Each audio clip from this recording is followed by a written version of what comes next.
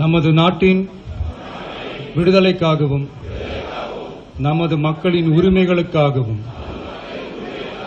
தமிழ் மண்ணிலிருந்து தீரத்துடன் போராடி உயிர் நீத்த எண்ணற்ற வீரர்களின்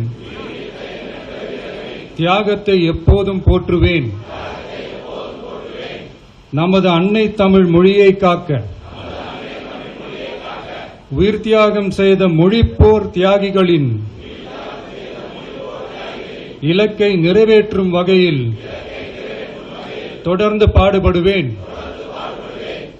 இந்திய அரசியலமைப்பு சட்டத்தின் மீதும் இறையாண்மை மீதும் நம்பிக்கை வைத்து